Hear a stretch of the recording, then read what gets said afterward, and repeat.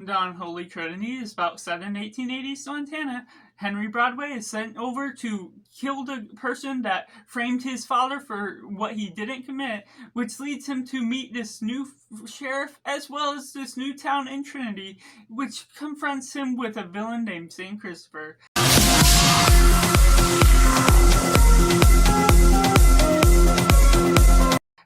Welcome Cinema, where we focus on a film. I'm Josh, this is Simply Cinema. Let me know how it comes. Well, what you think of the Unholy Trinity. Was it good? Was it bad? Or somewhere right in the middle? Or if you're waiting for this review to decide if you're going to see it or not. Taking it right in the positives, the Unholy Trinity is a western that we don't often get these days, especially on the theater screen. But the ability to follow along with the story, it's really concrete within its plot. It's expected to get what you're expecting out of westerns, and what we get out of the cast is really delightful. Pierce Brosnan is playing the sheriff, Samuel L. Jackson playing the villain, St. Christopher, and then Branodn Lessard also has a key role in being Henry Broadway, the one that's has to really try and figure out who is the person that's responsible for framing his father for the wrongdoing that sent him to prison. The way you go about this landscape is beautiful as ever. Set in 1880s Montana, that of course, most important thing is to suck you into the world that they're producing, and despite being on Earth, this really captures the look that you want, which may be simple in one sense, because you're not utilizing any great CGI. You're doing the typical Western set design, which isn't always impressive, but when it does look good, as this film does, it still qualifies to be satisfying to the nature of what you at least want at the bare minimum of Westerns. And there's different shootouts, everything that's going on throughout that, of course, this being a more modern film, you're getting more modern technology, other things with the camera and the camera setups. You're getting a smooth motion with what you're tracking, especially within the third act when there's a final fight. You're going throughout this house, there's swift motions that isn't necessarily extraordinary. It's not groundbreaking with what you expect,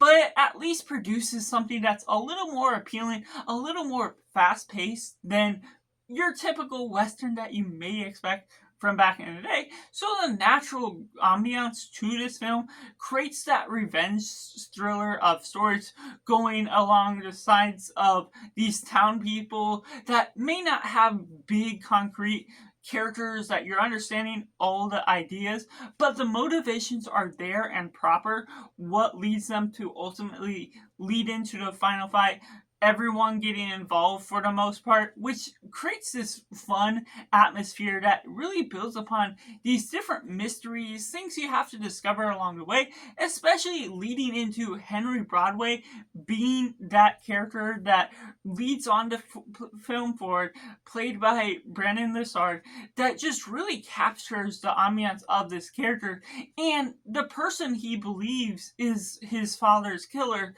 is not who he expects right away, which leads you on the goose chase for where you're going about with this film, which takes the film in a new direction to what you initially impressionize it to be. But that doesn't deter it from altering the plot too much. It flows on pretty consistently. You learn about gold that's also being hidden somewhere, that you still have to figure out where these pieces of the puzzles fit, which isn't a big mystery to run in retrospect, but it still has the moments of resolution that you can be satisfied with the outcome of certain things, how things come about, not necessarily feeling big and flamboyant to some films we get these days, but grounded in the Western genre that you expect it and want it to feel like it's capturing, being an escape still from the outside world, feeling old in its nature.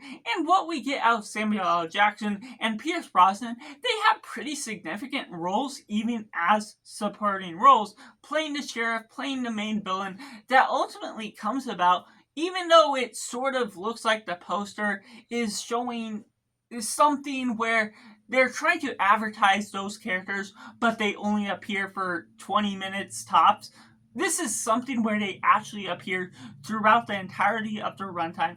They have something to their characters, something significant to the forward motion that supports Branodn Lessard's performance as a whole. So that all goes about different things, meeting new characters, supporting casts that do effectively in their role. And we also get Tim Coy as well as David Arquette also making their own part.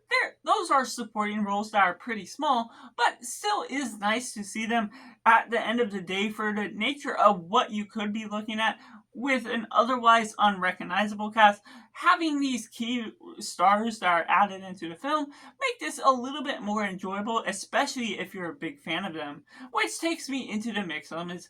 Like some westerns, this isn't necessarily anything new and fresh to look at as far as westerns go. It has the typical ideas of shootouts, some gun violence, and going about this different look at the townspeople, the atmosphere of that as a whole, traveling throughout the land of Montana, going in different directions, having a sheriff, having a main villain, and the character that ultimately leads it all, which isn't necessarily a negative, but if you are wanting to go into a western that actually feels fresh, this isn't necessarily the one that would fit for you, even though I would still prompt you to go see it to make your own judgment on the film.